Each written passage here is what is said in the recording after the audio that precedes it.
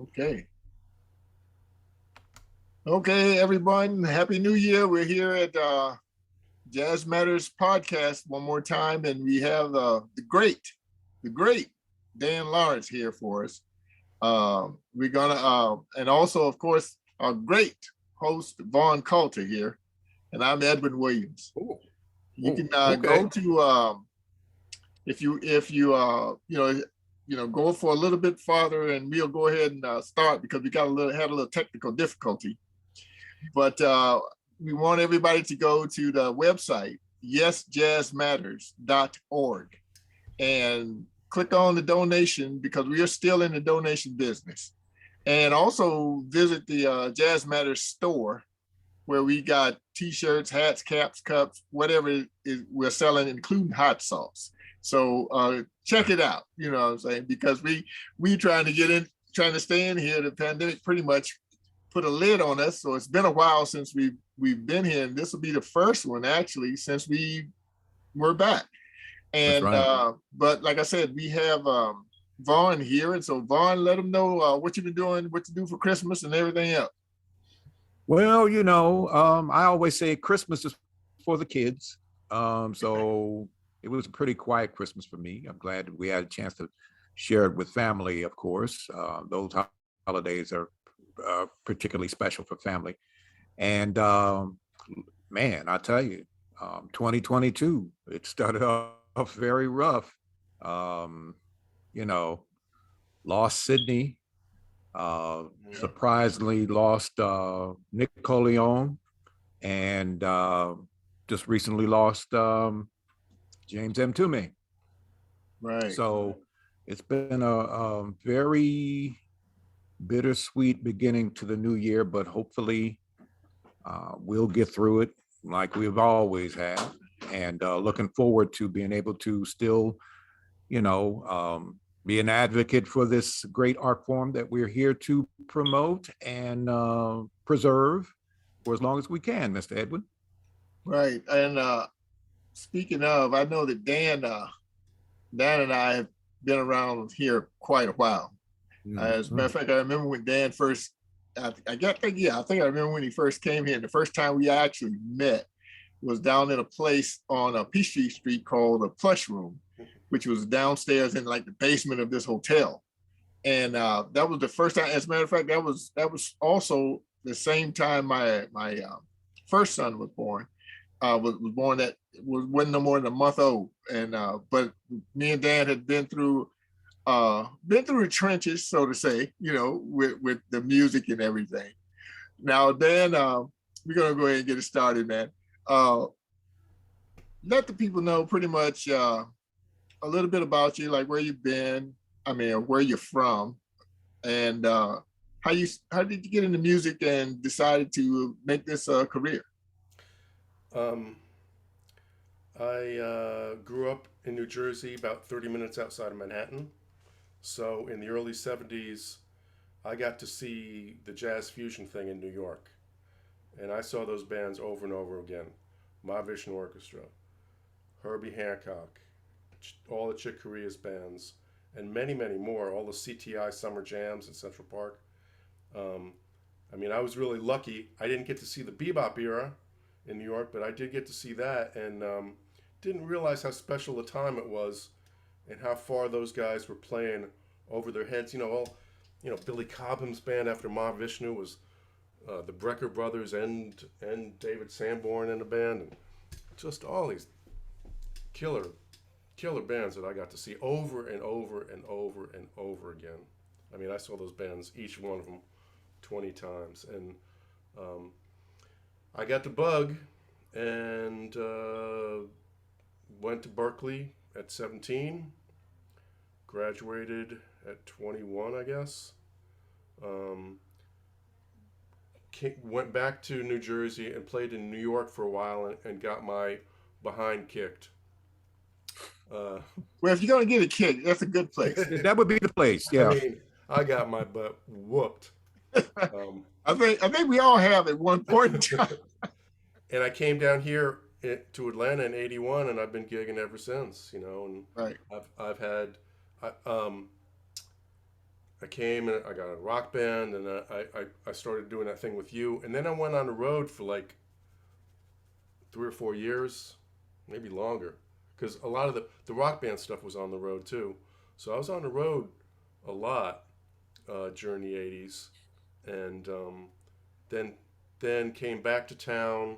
I quit that band, and I was going to seek my fortune in Atlantic City. I was going to move back to New Jersey, and it was just more of the same. I mean, to get into Atlantic City, you had to go back on the road for like 50 weeks a year, and then maybe playing in Atlantic City, you know. And I was used to having my own room on the road and stuff. And they, you know, these bands, they were sleeping on somebody's living room floor, and I wasn't gonna do that.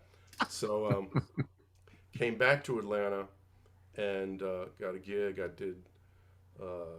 First thing I did was, you know, I would sub at Walter Mitty's. I don't know if you guys, everybody remembers Walter Mitty's, one of the great jazz joints. But you know, you remind me, we did the Plush Room, but then you did Claude's too, right? Right. A lot. And that was a great room. That, you know, I was really fortunate to be there, and that I've always been lucky that it's an honor being a white musician when the black guys you're playing with accept you. You know, I mean, it's just a freaking honor. This, you know, that you guys accepted me as a player, and that we played together. It's always been cool. And Claude's was that room. You know, Claude's was I was the white guy. You know. Yeah, and you know, it's always, well, actually, you know, the way Claude's was set up. It was more or less a dinner club for the most part, because it was basically in a restaurant. But the thing about it is, what we were doing there, there was maybe one other band that was doing the kind of material we were doing anyway. Because we jumped into the Yellow Jackets and those type of groups, and made it the norm. As a matter of fact, you know, as far as the standards go, we would always, you know, we could always play a standard, but the thing was, we knew that our sound was basically shaping itself into more of the post fusion type stuff, and R&B. So I would say it like that: post fusion and then R&B. Yeah, and I dig that stuff because that's the kind of stuff you want to do now in your band, and it's really coming back to that stuff after all these years. It is really kind of a treat, and you know, I have to relearn some of those tunes, but you know, they're a blast to play. You know, right? I mean, so I did all that stuff, and then I came back to town, and I got a gig at the Ritz Buckhead, and I had a 5-night-a-week gig there for like 26 years, and then 4 more years of playing there about 8 times a month, and it was, you know, I feel sorry for the younger guys that are coming up behind us, because I don't think there's going to be those type of hotel gigs anymore, you know. Yeah, all of that's gone. I mean, as far as for now, it's pretty much gone. And like you said, I kind of feel for them also, you know, in the sense that we use those places as a laboratory, and that was to refine our own, you know, self and our own abilities. We use both, just like I was using Dante's and Claude's and everything, was to refine. It was like a laboratory, you know. At least it was there, and it was multiple nights a week for over years, you know. So yeah, the younger folks don't have that luxury. And that's what the guys that our heroes did. You know, they came up in places like that and experimented and pushed their boundaries. But yeah, the younger people behind us, they're going to have to cobble together a living. You know, they're going to have to make their own CDs, be arrangers, be producers, be musicians, be the composers, mix their stuff, sell it, be salesmen to sell that stuff on a gig, which is something in our generation that was 5 different careers that each one took a lifetime. So now these kids are going to have to do it all on their own. They're going to have to sell CDs. They're going to have to teach a little bit and gig, and you know, and really cobble cobble a living together, which is Right. unfortunate. Yeah. So now, like, Vaughn, you want to jump in on this? It sounds very similar, to how it was when I moved to Atlanta in the 80s. And I had just left Morris Brown College, and I was trying to figure out what I was going to do, in the early 80s, and um, stumbled on to a play at Spelman College and saw that for the first time and was quite blown away by it, and said, I might want to try my hand at acting. I want to see what this is all about. And when you talked about a lot of the venues that you guys played in early on, that's where you guys did your laboratory work. And I go back to the Performance Gallery, 7 Stages, the Backdoor Theater, the Theatrical Outfit. All those theaters is where I did my lab work as an actor on stages and stuff like that in the city. And so I understand because it's a craft. It's a craft and a business. And as a musician, you have to practice. You have to try different things. You have to keep expanding the boundaries of what you are able to do alongside your bandmates, and be able to mix it up and find new avenues and explore stuff. And I appreciate that work, what I did in the theater. And I know you guys appreciate it too.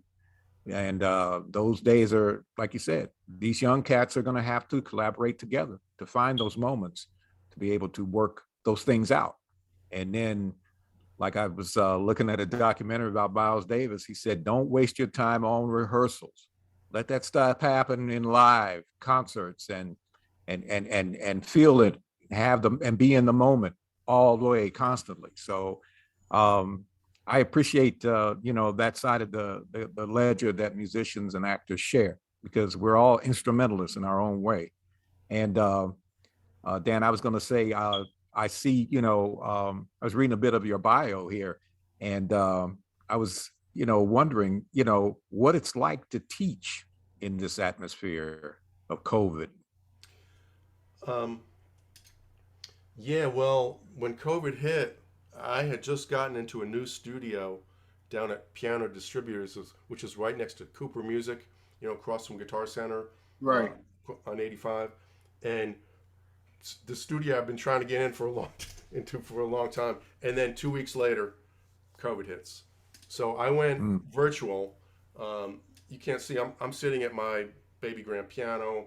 I got a Rhodes, I got a Wurlitzer, I got a Mini Moog over here, and this right up there is a webcam that looks down at the piano. So my students see the piano, they can see my hands on the piano, and then I have because of this video editing software I use, OBS Studio, I can have my face up off to the side, right? So they're looking at my face and they're looking at my hands. And originally, it worked out very good. Well, it worked out very good the whole time, pretty much. But originally I thought it was because I had already had a repertoire, I had a rapport with my students, right? And I was thinking, maybe this is not going to work out with new students because I don't really have a history with them. They don't really know me. But it pretty much worked out. Like some people did not want to do it. I lost maybe 3-4 students. They just did not want to do virtual, and they never even bothered to try it. That's fine with me. No, my feelings won't be hurt.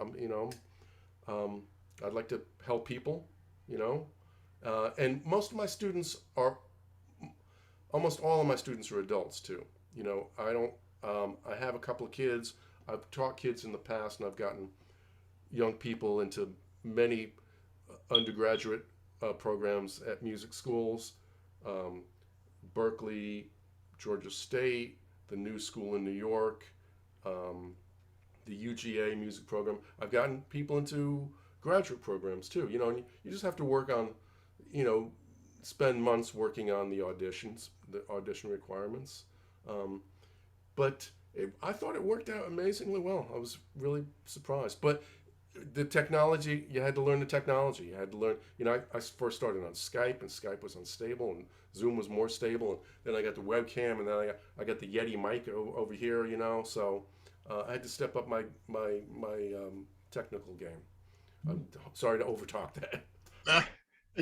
Dan, what are you working on? Any new projects for yourself, or are you thinking about doing any kind of releases, or what? You know, I've never been a guy that did albums. It never seemed like a really good investment for me monetarily. What I do and what makes me happy is I still take piano lessons and I practice the piano every day. Hey, that's cool, because like the technology today is so, I mean, like you said, Yeah. it doesn't have to be an album. You know, it could just be one track, you know, one song today. Because nobody's really buying albums today. They're downloading, making their own playlist Yeah. of things. And so it would be kind of pointless for any artist really just throw an album out there unless they already have a gigantic following, you know, that knows their material. So, but when an independent comes through to make a separate cut, you know, with his own type of music, then he basically can just throw it in the genre that he wants it to be in, and it's always up there, and you don't really have to follow it up. You know, if you get looked at, then that's great. You know, but if not, you know, you hadn't lost a thing. You know, you hadn't lost anything. I completely agree. I just haven't really pursued it. Mm-hmm. Well, that's going to change, and I'll make sure of that. Because, you know, I figured I'd already have the thing. Like I said, I was putting together another kind of band, and I really wanted to revisit those days that we came up in, you know. And the cool thing about it is we can go into both genres of the jazz scheme, which is what they're doing now. I guess you could call it smooth jazz or whatever, but then we could also go just as strong, equally as strong, into straight ahead stuff. So the thing is, that's a great thing to have as a musician, whether you're, you know, pursuing records or anything else, because you can do that pretty much at will. All you know is you just got to put the people in place that you want to work with, and just go ahead and do it. I mean, it's gotten that simple, you know. And I think if I can ask, what do you think about the younger musicians and basically the route that they're going? In other words, it's interesting. I want to hear your take on it. I wonder a little bit what's going to happen. And I don't have a crystal ball, but I know if a young person goes in to sit in at a jam in New York City right now, and a tune is called that they don't know, they can pull out their phone and they can look, you know, on iGigbook or iReal Pro, and they can find the changes to it and they can get through. But if they come up there the next time and that same tune gets called and they still don't know it, they're going to get kicked off the bandstand. Right. That's just it. You're done. But maybe in 20 years from now, everybody's just going to be reading off their tablet. And maybe that it'll be accepted. Right now, it's not accepted. You still got to learn tunes. You got to memorize the tunes. You got to know keys. You know, you got to know the, you know, if someone calls A Train, we all know it's going to be in C. Unless there's a singer, then you ask what. Right. It fluctuates. And that's true all over the world, you know. Right. But if you don't know A Train in New York right now, and you want to read it for the second time, they're going to boot your butt, because they came up the same way. You know, in New York, when I first got out of Berklee, I thought I was, you know, hot stuff, and I'd go on gigs and I didn't know tunes, and guys would just yell at you. You know, they just yell at you. So the second time you came back, you went home and learned the tune. You know, right? There was no question about it. But down here, when I came down here in '81. There was no yelling. Nobody yelled down here. And I don't know if that's good or not. So if people don't, 20 years from now, if people can just read tunes, I worry that they're not going to be as thorough musicians as us, who had to learn tunes, we had to learn these common patterns. Oh yeah, that's just 1 6 2 5. I know that from this tune, and oh here it is again. It's in a different key, but it's the same progression, you know. Right. And oh, you know, there's 4 minor 6. I've seen that before in other tunes. You know, we make the connections between keys. If you're just reading stuff, you don't make the connections between keys. One key's in German, the next key's in French, the next key might be in Japanese. You don't see the commonalities between the chord progressions, Right. like the way we do.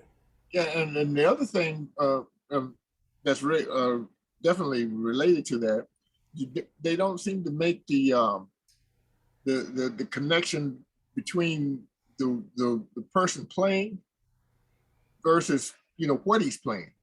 In other words, if you call a tune now today, most of them, like you said, will go to the reference or the real book or something like that. Whereas when we came up, we actually listened to the album, you know, because, you know, that was the quickest way to do it at the time. Yeah. And but you notice, like you said, when you come to a session and set in New York, a lot of times those changes are not the same changes. That is very true, and I've talked to a lot of people about this, and I still don't have the answer, because some people will say, you know, to me, you know, you're playing the wedding changes, meaning you're Right. playing the changes that someone would play on a wedding band, right? Right. But I go and listen to, say, 4 different versions of the same tune. Yeah.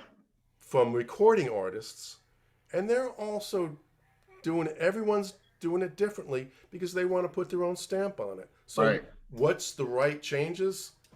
It's a mystery to me, man. You know? But I know what I used to do was check out the musicals, the Broadway musicals, and the musicals that were done on television a long time ago.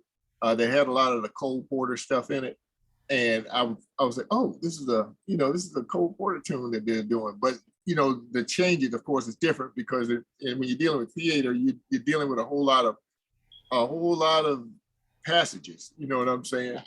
But not only would the changes be different, but in the overture, the changes to, you know, I Love You, Right. would be one way. Then when the big number came on, the changes might be a little different. And then at the end, when they had the big wrap up, it would change again. You know? Exactly. Which is kind of cool. I don't know. Which also, you know, supports the fact that, you know, when you're dealing with the bandstand and you're going to set in on an individual, regardless of who it is, and they call a tune, and even if you know that tune, you got to, in my case, what I usually do, I say, well, I may know it this way, but I got to listen to them to find out where they're at with it. But you and me, guys like us, guys our age, we know that there's a couple of different ways to go. Right. So we, you know, so we're looking out for, like, you know, on Georgia, even on the verse of Georgia, everybody plays it different. And you know what? So did Ray Charles. I heard two versions of Georgia, and Ray Charles played the changes different in both of them. You know, Right. So there's no set. He didn't do it the same way either because Right. he knew music. He knew I could go this way or I can go that way. You know, Right. So sometimes Exactly.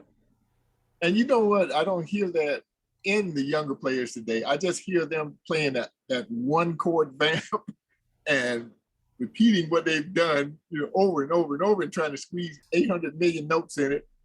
You know what I'm saying? Well, the reason my wife won't go back into the workforce is because all these kids are just on their phones and there's no work ethic, you know, and that bothers her. She can't. I'm glad you said that, because that's the way I always thought ever since I came to Atlanta. I was like, that's her saying it, not me. Okay. No. Okay, I'm glad you relayed that to me, because I thought I was the only one. I want to be Switzerland here. I want to be neutral. Right. Vaughn, what you got going on? That's an excellent lead into my question. Dan, as an educator, what does that do to you when you see these young kids not being able to be aware of the changes? I mean, what does that say to the future of this music? Well, I think the kid, you don't want to tell a kid, this stuff is hard. Because, Oh, of course not. you I know, agree. I agree with that. Yeah. you just want to keep them engaged and keep them Hmm. learning. Um, Right. so I, I'm very positive, and what I want a young person to do is learn a very small thing very thoroughly. Because the older I get, it's the small things that make me a better player, not the big things. Gotcha. Gotcha. Um, so I want them to learn how to be an effective practicer. But the kids, a lot of times, they don't get the fact that in order to do this, and seems like a very basic thing to say, but in order to do this, the people that are going to do it are the people that love music.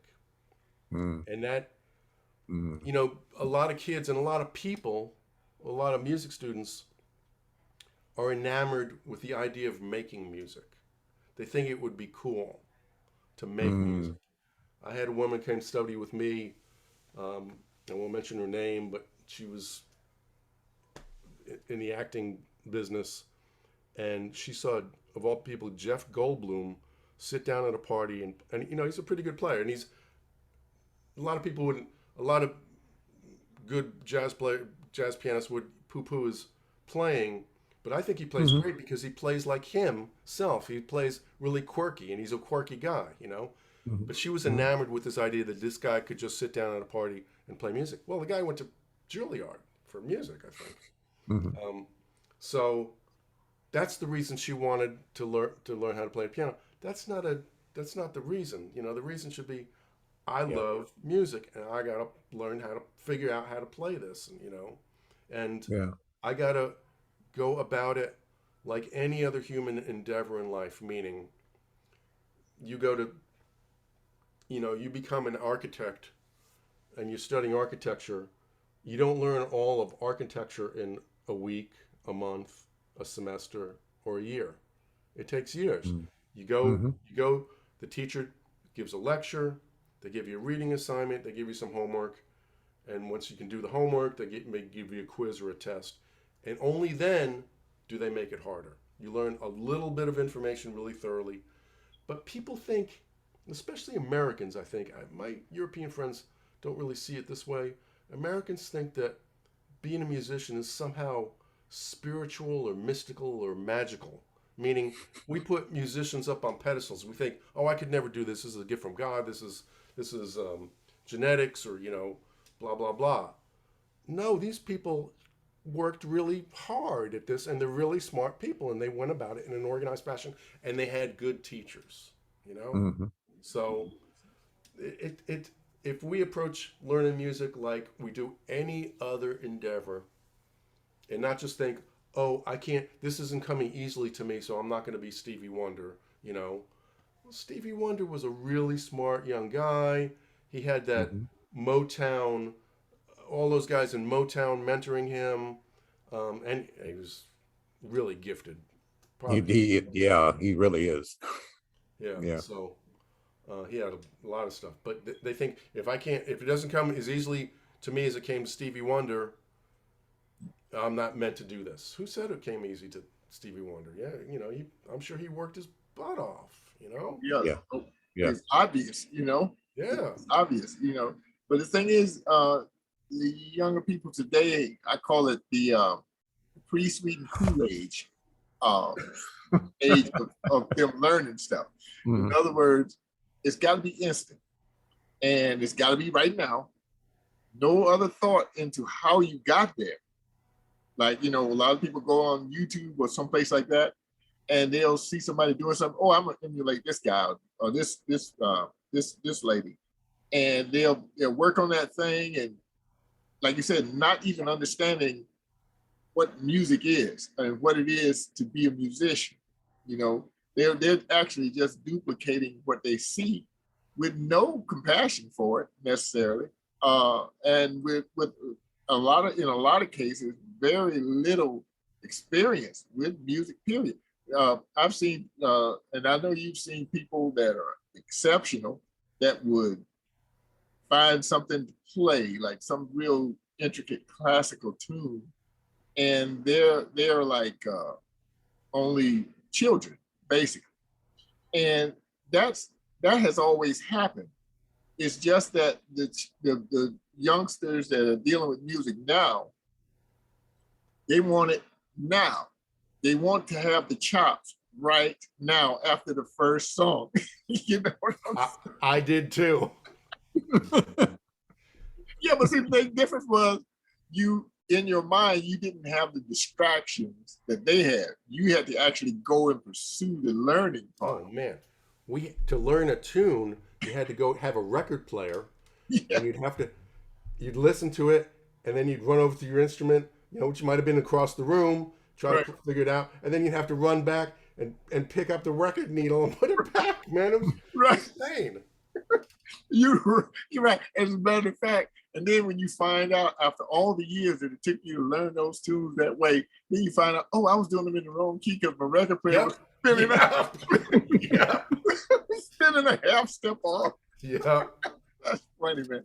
That has happened to me, man. Absolutely. It's Yeah. happened to me. I know it has happened to many, many people back then. But now today they got that luxury of technology where everything's pitch perfect for the most part. And Right. they once wherever they hear it and learn it, that's exactly where it was played. They have, and maybe they'll be better musicians. If they don't have to learn tunes, maybe they'll spend more time soloing. Maybe they'll spend more time on theory. Maybe they'll spend, I don't know, because we sure do have all the tools now. Oh yeah. Amazing slow down, or I can I can A/B parts. If I'm learning 2 bars, I can put a start and a stop at the end, and it Right. can just loop over and over again. I can slow it down without changing the pitch. It's so many things. Gig book. You can play the tracks. I have a new one called Mapping Tonal Harmony that is kind of like gig book. It's tracks, but the tracks are so much better, and they're AI, they're artificial intelligence. I can change the guy who's comping piano from Wynton Kelly to Herbie Hancock, or Stop. Are you yeah, really. serious? Mapping. Oh my tonal gosh. That is cool. That is cool. No, that's dangerous. Now, That's what that is. That's the way we learn, not accidentally, but we kind of learned it because remember that with the turntable, when we were learning it in a different key, and then we know we had to come back to learn it in the correct key, and there's a possibility it was the wrong key. Then we had to learn it. So actually, you got to know your instrument a lot better. and that's why I started writing stuff down, and Right. I'm not sure that was a good thing because I didn't practice retaining those tunes as much. Yeah, because that's I had the them only written thing. down. But I was playing with different players, different bass players. Right. I had to give them charts and stuff. Right. So I've got reams and reams of lead sheets that I lifted myself that way, Right. and have used over the years in different bands, running bands. Yeah. And I always thought that, well, I've always experienced that when you do that, it takes away a few things because now you don't have to learn the tune if you always got it sketched down. Yep. And That's so what I was saying. Yeah. and it bothers you when you working with some other people that's all they do, but go like, that's not where it should be, but it's kind of interesting to just do it. And what I had to start doing was getting away from the sheet because like you say, the more people you play with, the more the tune changes, and that's the thing now. Whereas now the younger people, they don't have that problem because they're not playing tunes with that many changes in it. First of all, most of the stuff that I hear on smooth jazz stations, if you got 3 changes in it, you're a lucky guy. Yeah. Mhm. You're a lucky guy. Sometimes hip hop had, at the beginning, it seemed to me, had the guys were playing jazz chords on piano. But then you had all these tunes that it's the same 4 chords for the verse and the chorus, only the melody changes. The harmonic rhythm doesn't change, and it's just 4 chords. And we can do better than that. So I teach like the producers that I work with. They want to learn how chord harmony works, why one chord wants to resolve to another, and I show them and I teach them how to voice chords and how to play rootless voicings on piano. But yeah, you're right. A lot of it's just same 4 triads in a row. Yeah, so I call them vamps, just vamps. Yeah. Like, no change of mood. And I agree with you. I feel strongly about that. I feel it's the dumbing down of culture, a little bit. But and some great people. I think you're being too. Yeah, I think you're being too kind, Dan, when you said just a little bit. But even Beyonce is doing it now. Beyonce can have the greatest arrangers. I mean, and composers writing for her of anybody, and she's doing it. Even the pretty woman that plays piano, Alicia Keys, she's doing it. Her big hits are like that too, and she can play. Well, I think it has a lot to do with their A&R people telling them what's going to sell. Yeah. I think that they vacate the art form and go straight toward mediocrity because the money. And it doesn't take much to actually impress these people that are currently buying these MP3s that they're releasing out and these tracks that they're releasing out on Spotify and some of the other music houses. And, you don't have to impress them that much because they're not getting challenged like we did when we were listening to music. They're not getting challenged at all. There's no awesome chord progressions going on in none of this music that's going out on the radio these days. Well, that's not what the recording industry is demanding. Yeah, but the neo soul stuff is really hard. Oh, that's different. Complex. Oh, that's different. Yeah. And that's different. You got the Robert Glaspers in that area right there. Exactly. And the stuff that Roy Hargrove was doing, and you got Terrence. I can't think of his last name right now. Blanchard. Yeah, he's doing the same thing. Yeah, Terrence Martin. So, and he's an outstanding sax player. So, even the contemporary gospel players were killing it harmonically too. Yeah.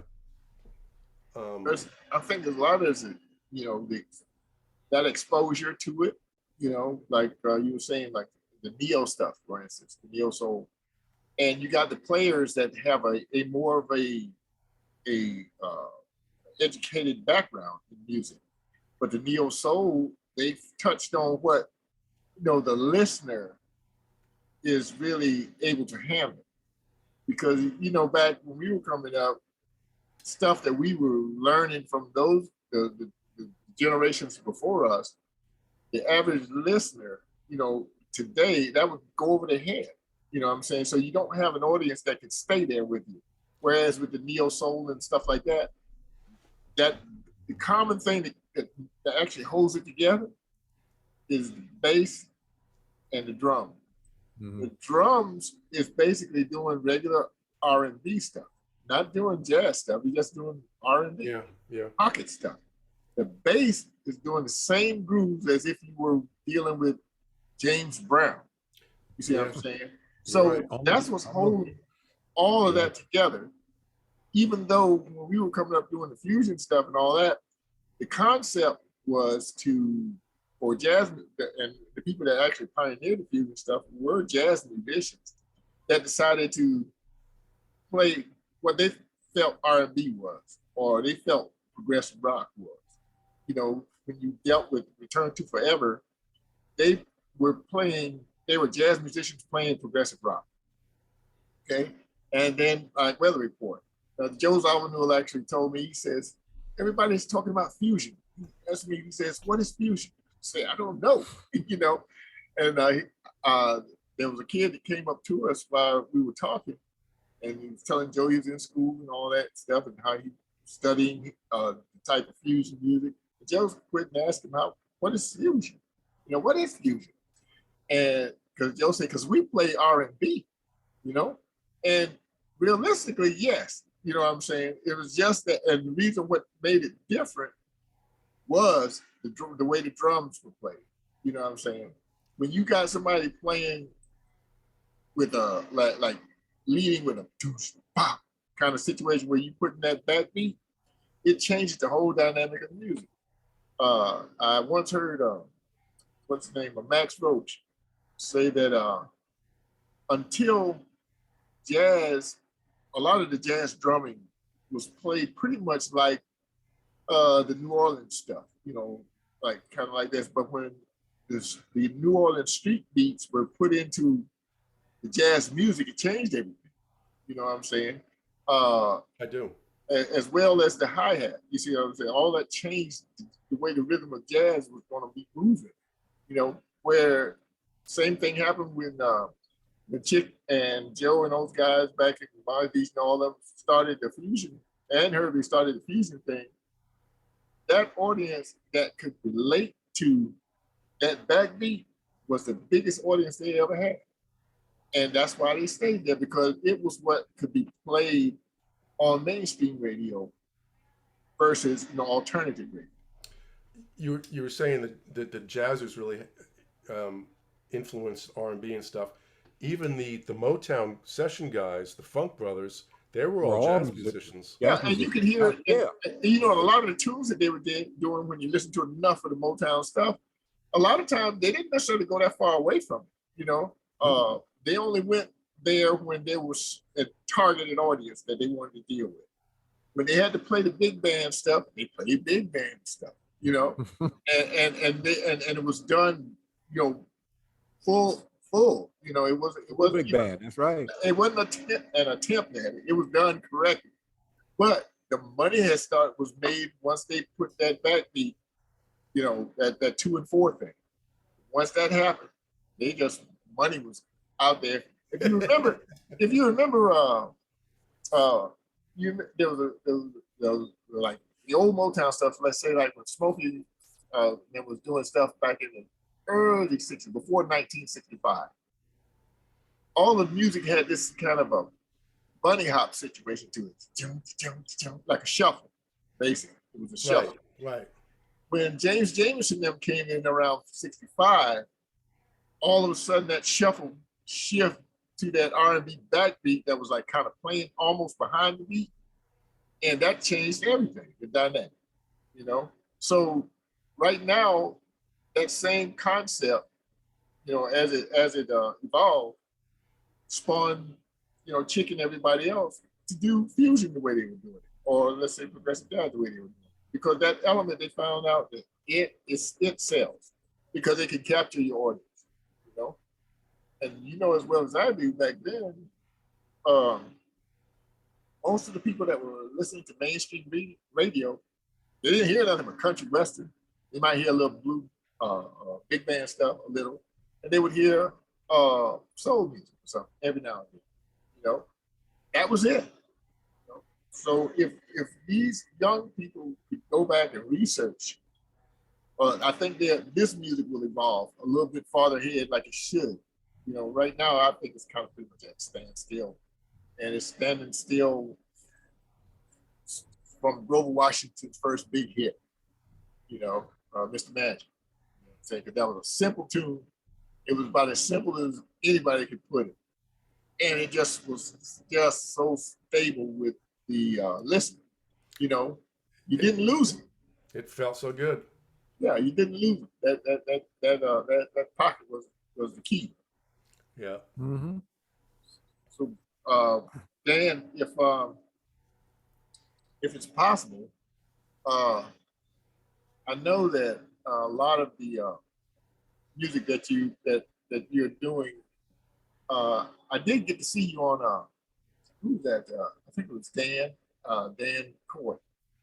This is something with you guys playing together. You were just doing, what were you doing with Dan? Because I know Dan kind of moves into I don't even know he's into the the social thing.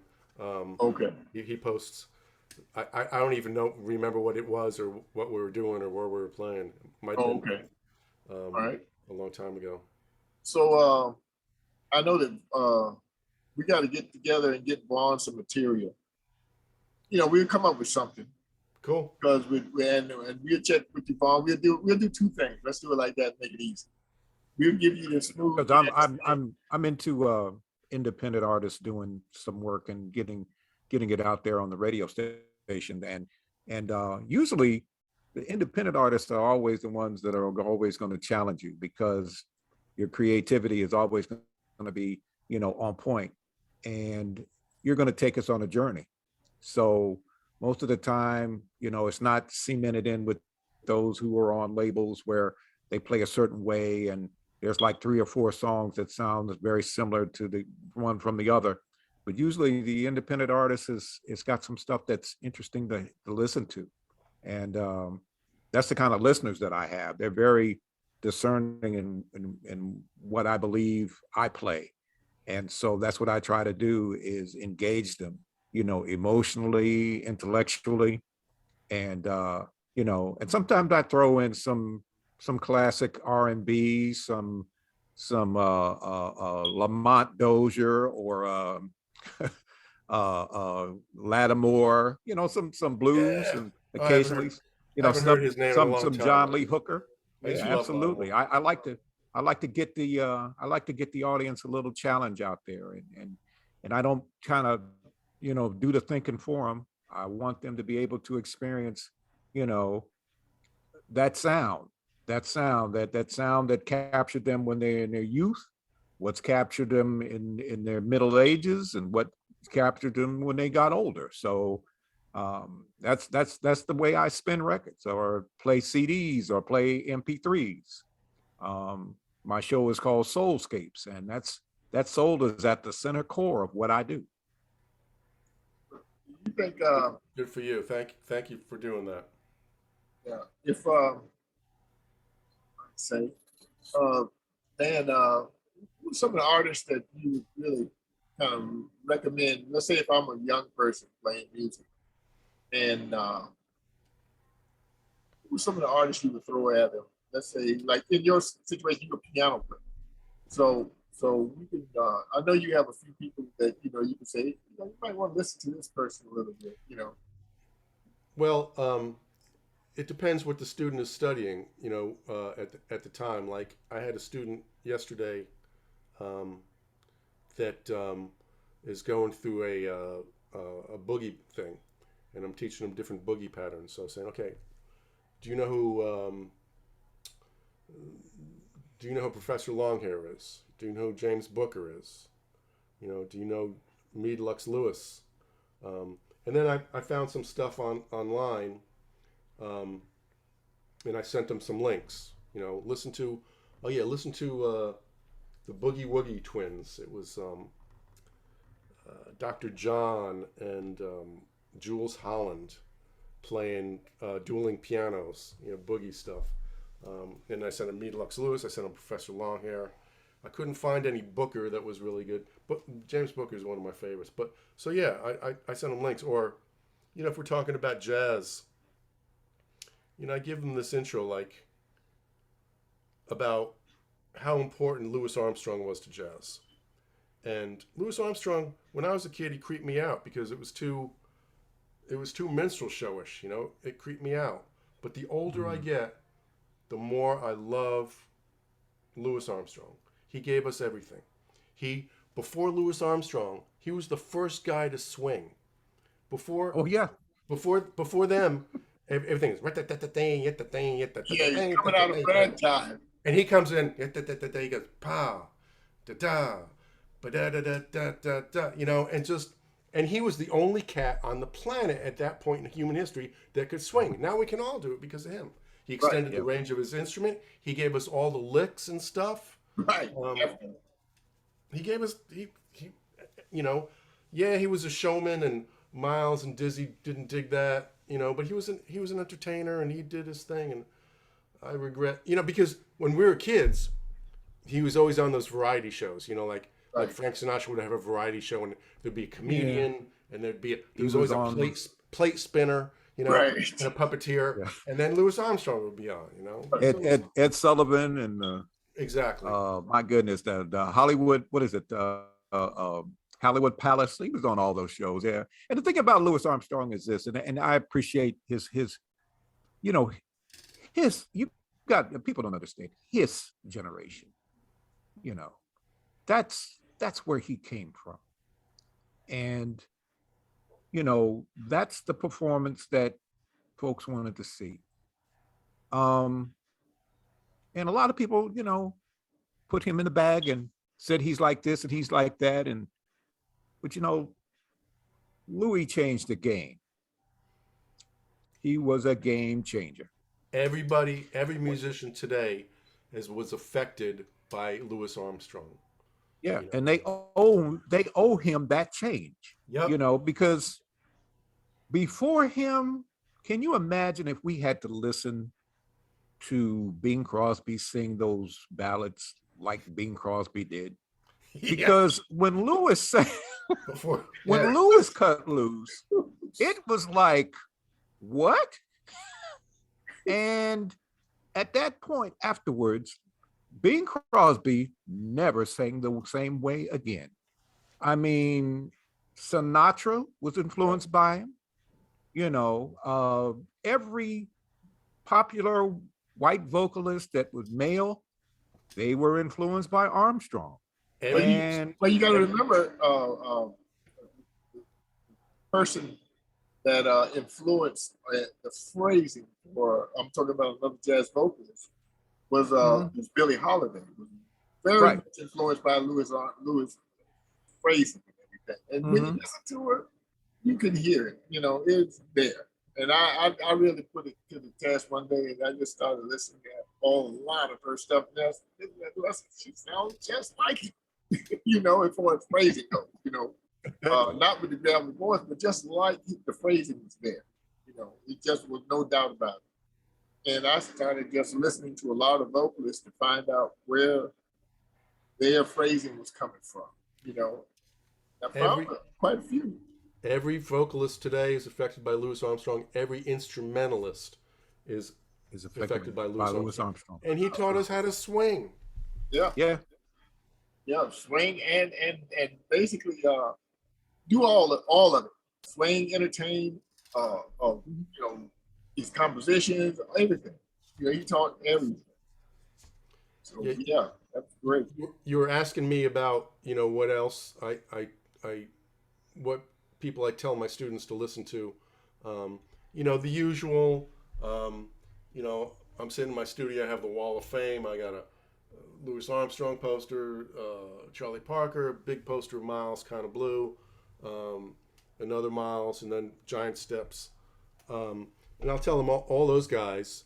And, you know, they asked me who my favorite piano player was, and it's a tie between Keith Jarrett and Herbie. You know, I think Jarrett's the artist of our lifetimes, but he didn't really change music, and Herbie did, you know?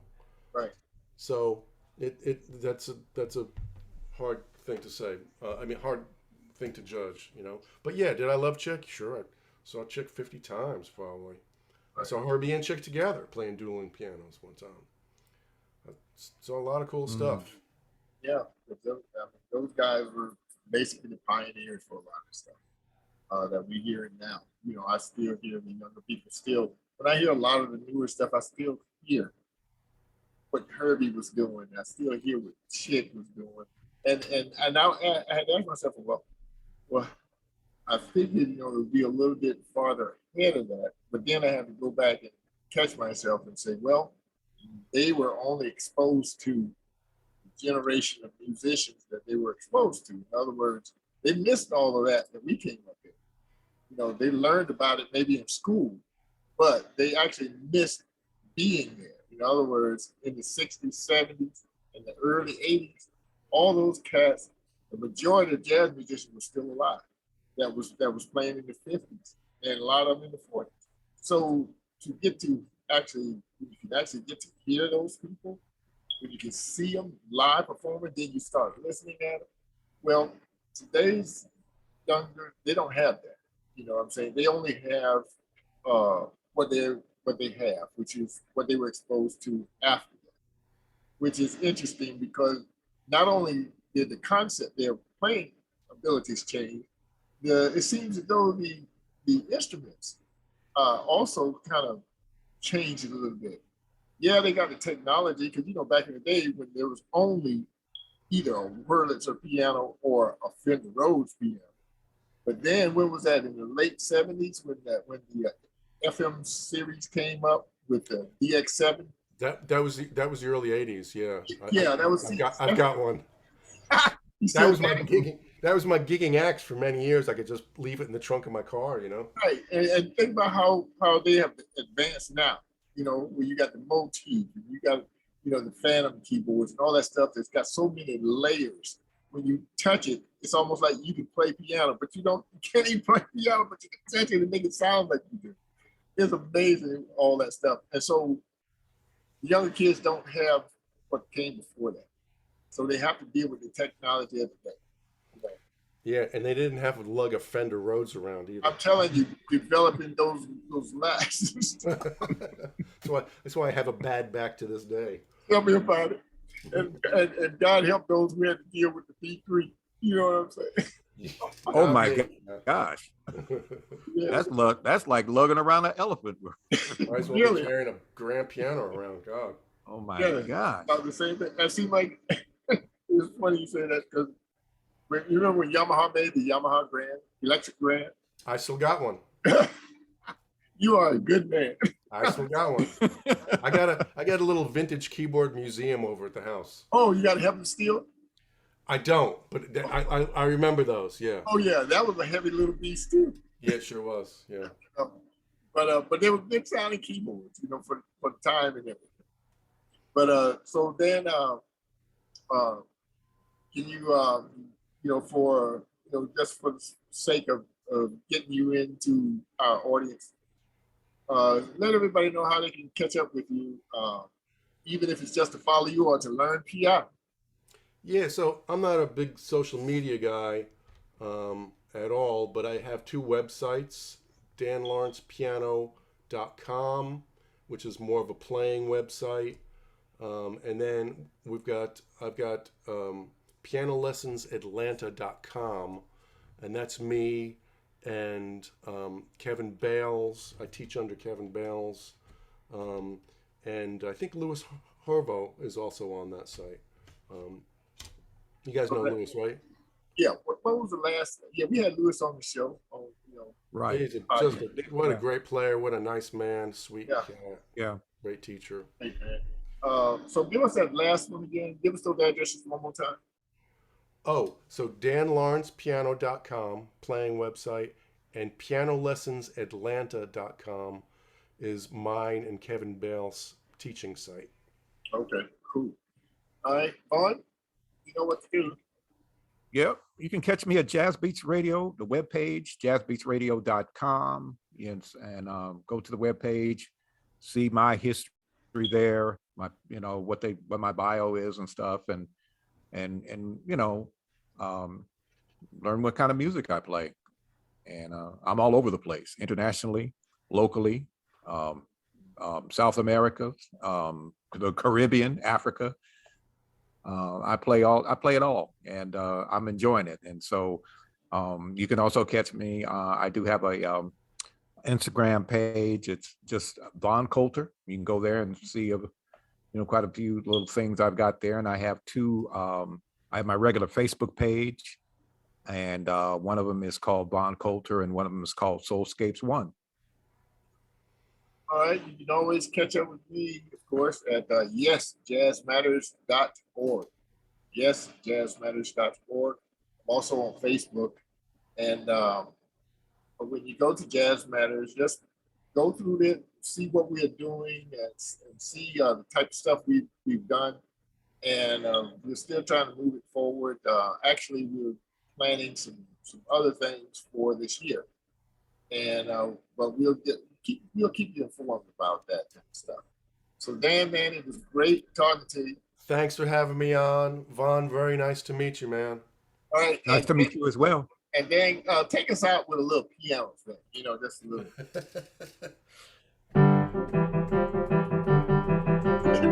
Oh yeah.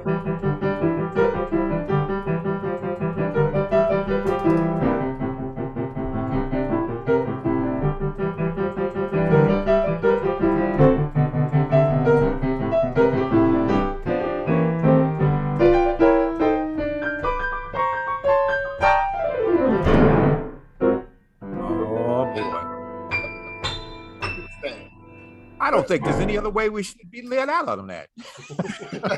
Okay, man. Little Professor Longhair. Yes, sir. Yes, it is. That's the book, man. You know. Okay, Dan. Thanks a lot. And, All right, thanks for having me on, man. Appreciate all right, it. and we're good. All right. We'll see you again. Yeah, we will. Peace. Peace man. out. Peace.